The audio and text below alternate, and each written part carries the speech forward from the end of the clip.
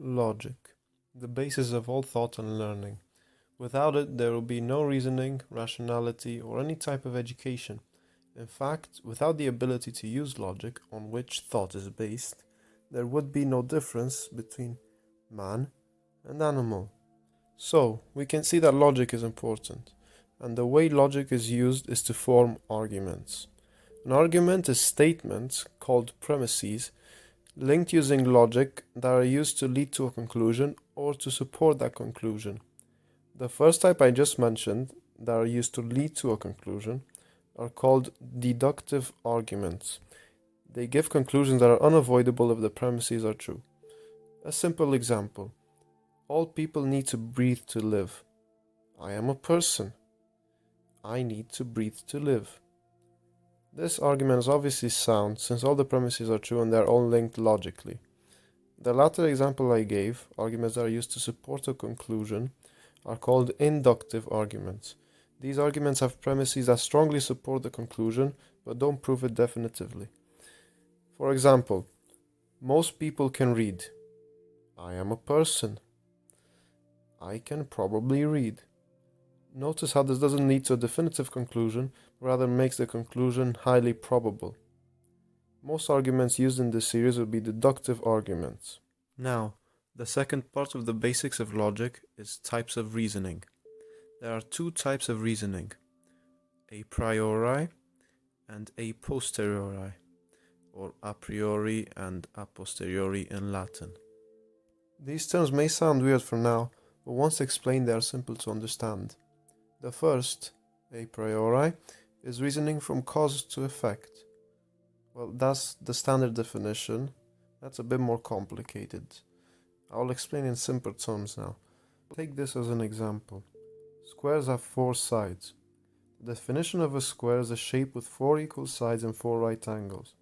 To say a square has four sides is to state part of its definition. So, to make an a priori statement is simply to state something that is true by definition. For example, 2 plus 2 is 4. Plastic cups are made of plastic. Blue is a color, etc. An a priori statement needs no other statement to prove that it is true. It is true by default. Now, an a posteriori statement is exactly the opposite of a priori. It is reasoning from effect to cause, and an a posteriori argument needs other statements to prove it, whether these are logical statements or simply give evidence. Both of the arguments I gave as an example when talking about deductive or inductive reasoning were a posteriori, because they needed other statements to be proven true. As a rule, whenever a statement isn't true by definition or by default, it is part of an a posteriori argument.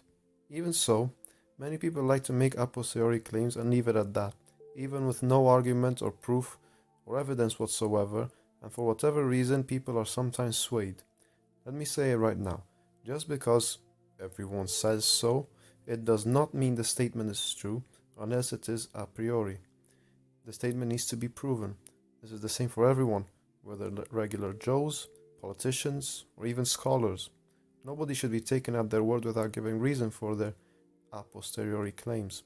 With that being said, I will now go on to the third and probably the most important part of this episode: how to check if an a posteriori argument is sound or true. Now, for an a posteriori argument to be logically sound, it needs to have two things: 1. True premises, and 2.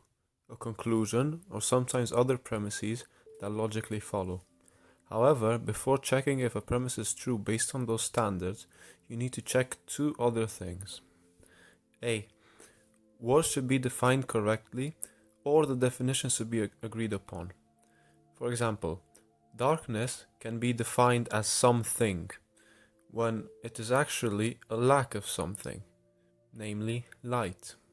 Sometimes adherents, or the people who are arguing, may not be sure about definitions, so they must agree on a definition, be it true or not.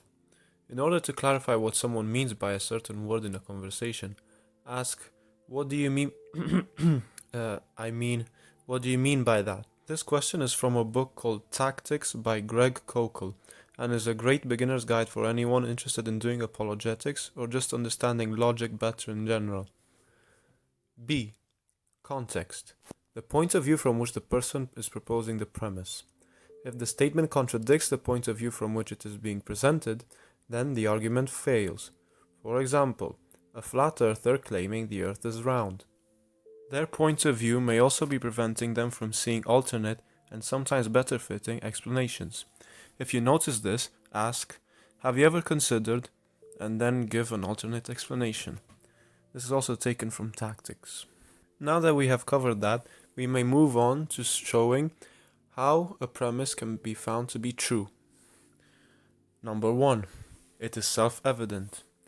For example, the sky is blue. This means the statement is basically undeniable, but is not an a priori statement. Number 2. It logically follows from a previous statement, or from multiple previous statements. This means that the logic of the other statements directly leads to this statement. Number 3. It has strong proof behind it, and is beyond reasonable doubt, meaning it is basically unreasonable to doubt it, and it would be going against the evidence to deny it. Now, for the conclusion, it simply needs to logically follow. If someone simply asserts a conclusion, however, for an a posteriori argument, ask, "How did you come to that conclusion?" It will force them to give the reasoning behind their statement. I think you guessed it, but that's also from Tactics. It's a must read. Now, for the final part, objections.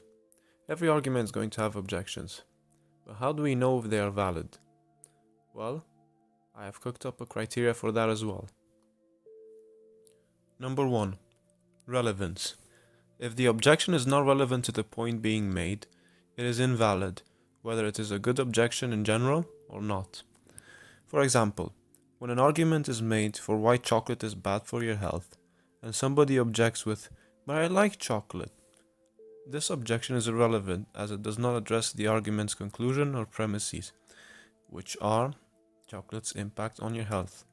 Liking something has nothing to do with whether it's good for you in this context. Number 2. Strawman.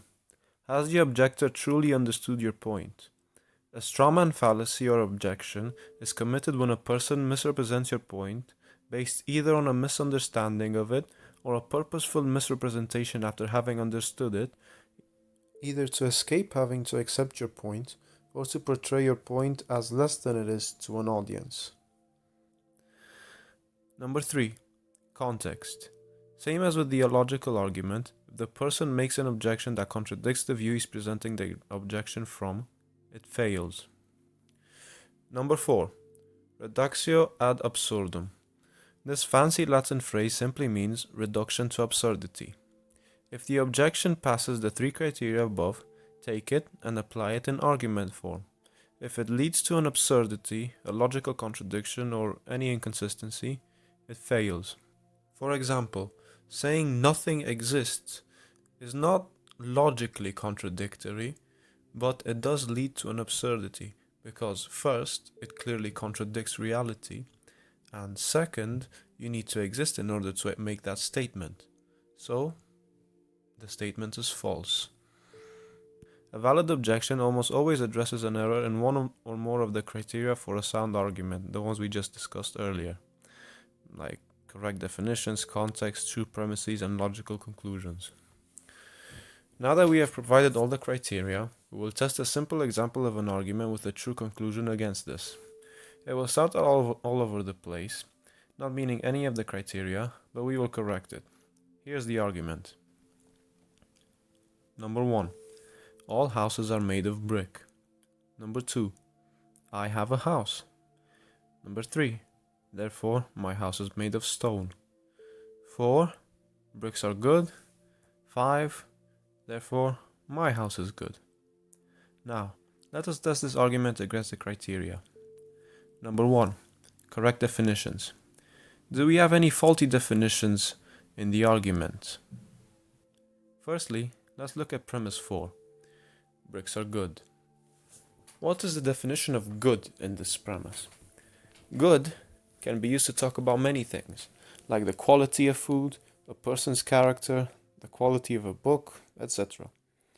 In all these examples, good has a similar meaning, not exactly the same or totally different, but close. Same word, similar meaning.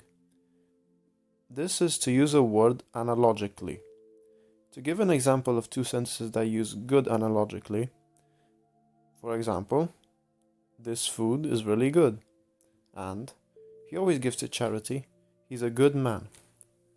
The use of good is not exactly the same or totally different, but is used in a similar way, that is, to describe the quality of something, albeit a different type of quality. This means that the same word can have more than one meaning in the context it is talked about. The criteria for different definitions usually applies to this use of words. There are two more uses of words, called univocal and equivocal. These are both pointed out by Thomas Aquinas. Univocal use of words is using a word that has only one possible meaning in the context. For example, I love driving my car, and the car at the dealership was ugly. They both use the word car univocally. The word car is used in the same way. Same word, car, same meaning. Something that you drive, an automobile. The last use of words is called equivocal use of words. This means that the same word is used to mean completely different things. For example, he took a big punch in the face, and I drank some punch yesterday.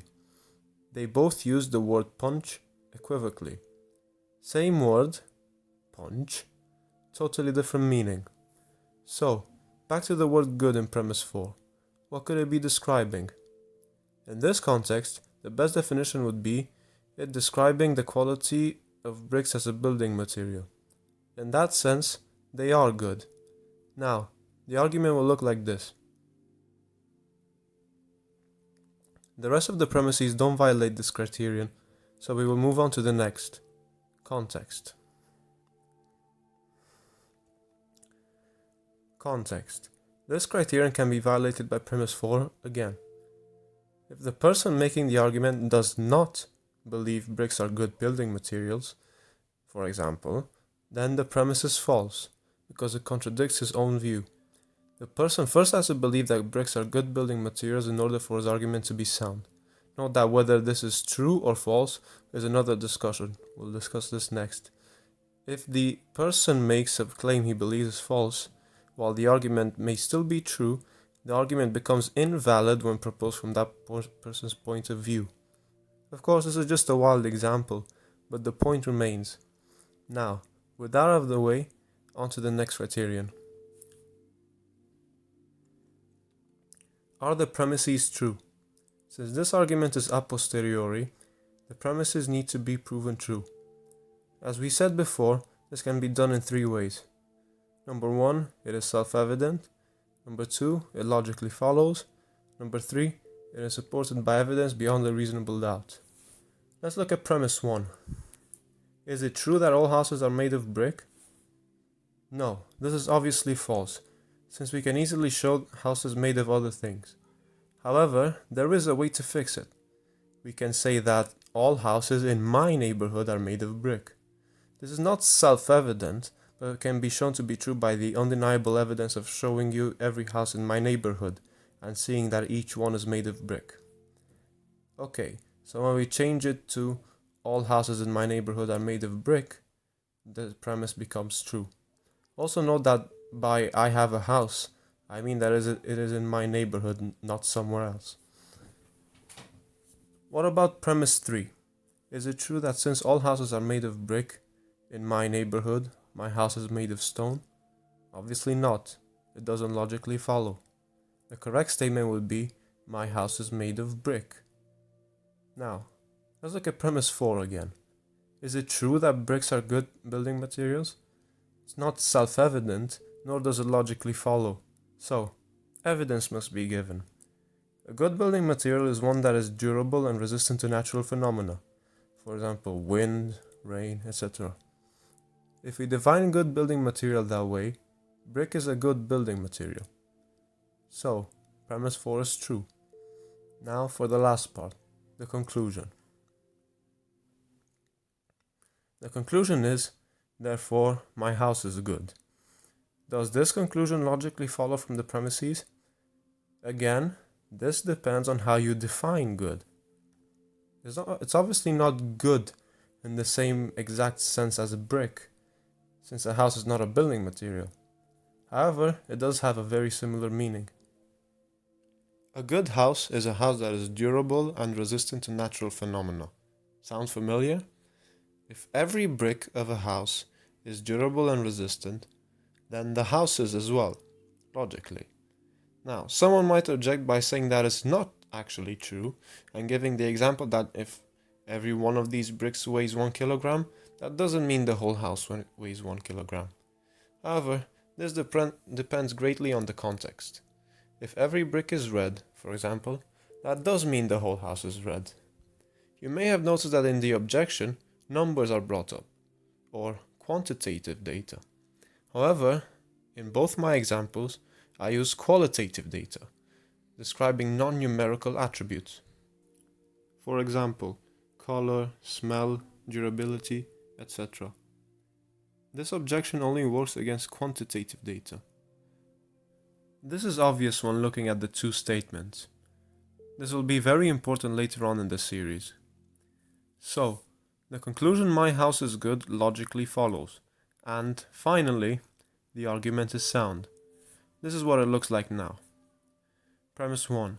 All houses in my neighborhood are made of brick. Premise 2. I have a house in my neighborhood. Premise 3. Therefore, my house is made of brick. Premise 4. Bricks are good building materials. Premise 5. Therefore, my house is good. Now, I want to apologize if anything was too complicated, but certain terms needed to be introduced. If anything was unclear, please ask in the comments below or try watching again, because while some of the terms are unusual, when you understand their definitions, they become simple. In the next video, I'll be talking about the second pillar of this series, metaphysics.